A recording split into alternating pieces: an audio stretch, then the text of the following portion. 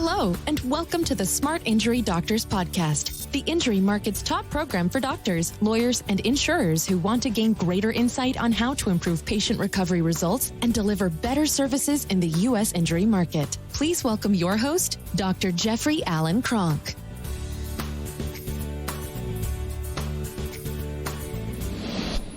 Hello, doctors. What I want to talk about today is the non-disc ligament injury in general can't be seen.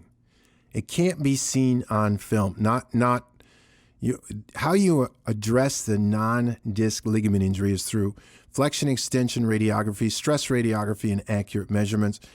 The non-disc ligament injury is going to leave excessive motion behind, excessive motion in the form of translation or abnormal angular patterns in the spinal joints themselves. Remember, there's 220 specialized ligaments, only 23 of which are discs. And so when you injure the connective tissue or the ligaments to the spine, you can either herniate the disc, but what about the other 9 ligaments around the disc? You never pick up anything about that on an MRI report. That's because an MRI is basically a disc study. And sometimes it's not even a great disc study.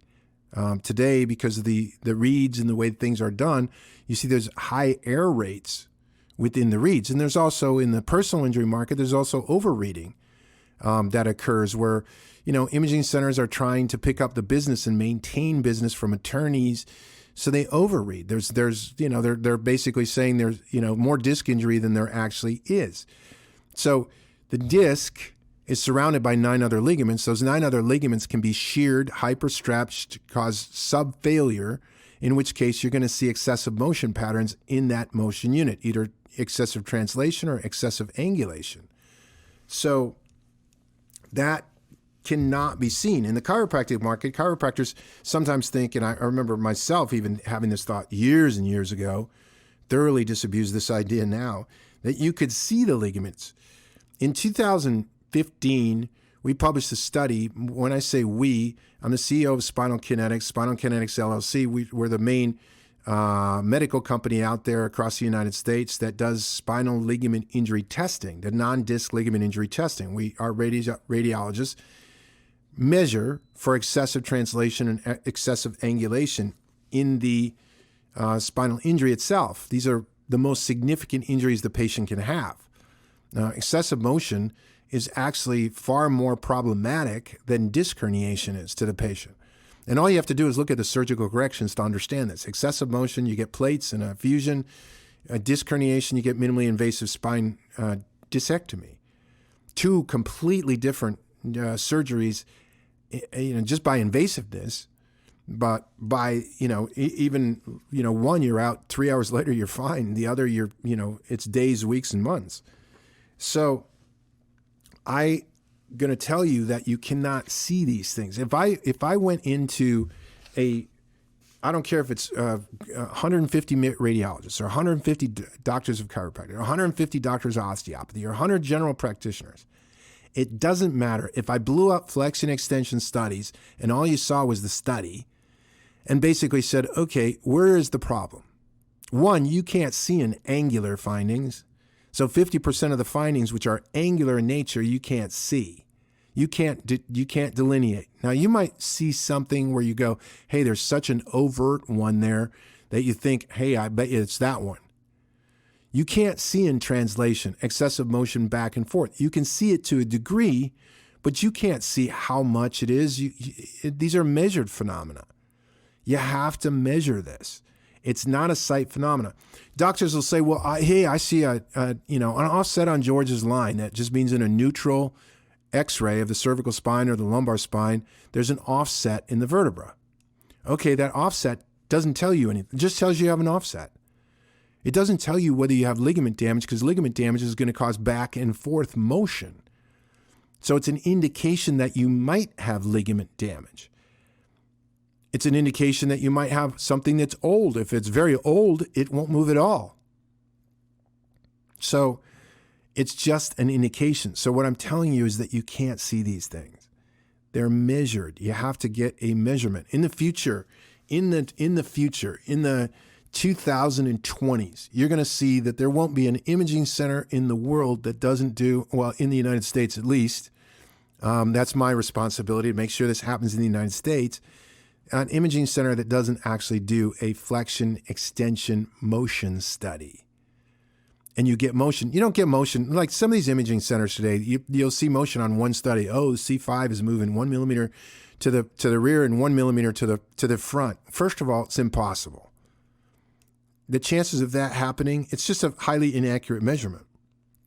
So the chances of it going 1 millimeter in one direction and 1 millimeter in the other direction, I've done, 100,000 studies. You never see that, right? You might see 1 millimeter. There's the 1.2 millimeters this way, 2.2 millimeters this way. You don't see it normally the same size on both flexion and extension. That's just one thing.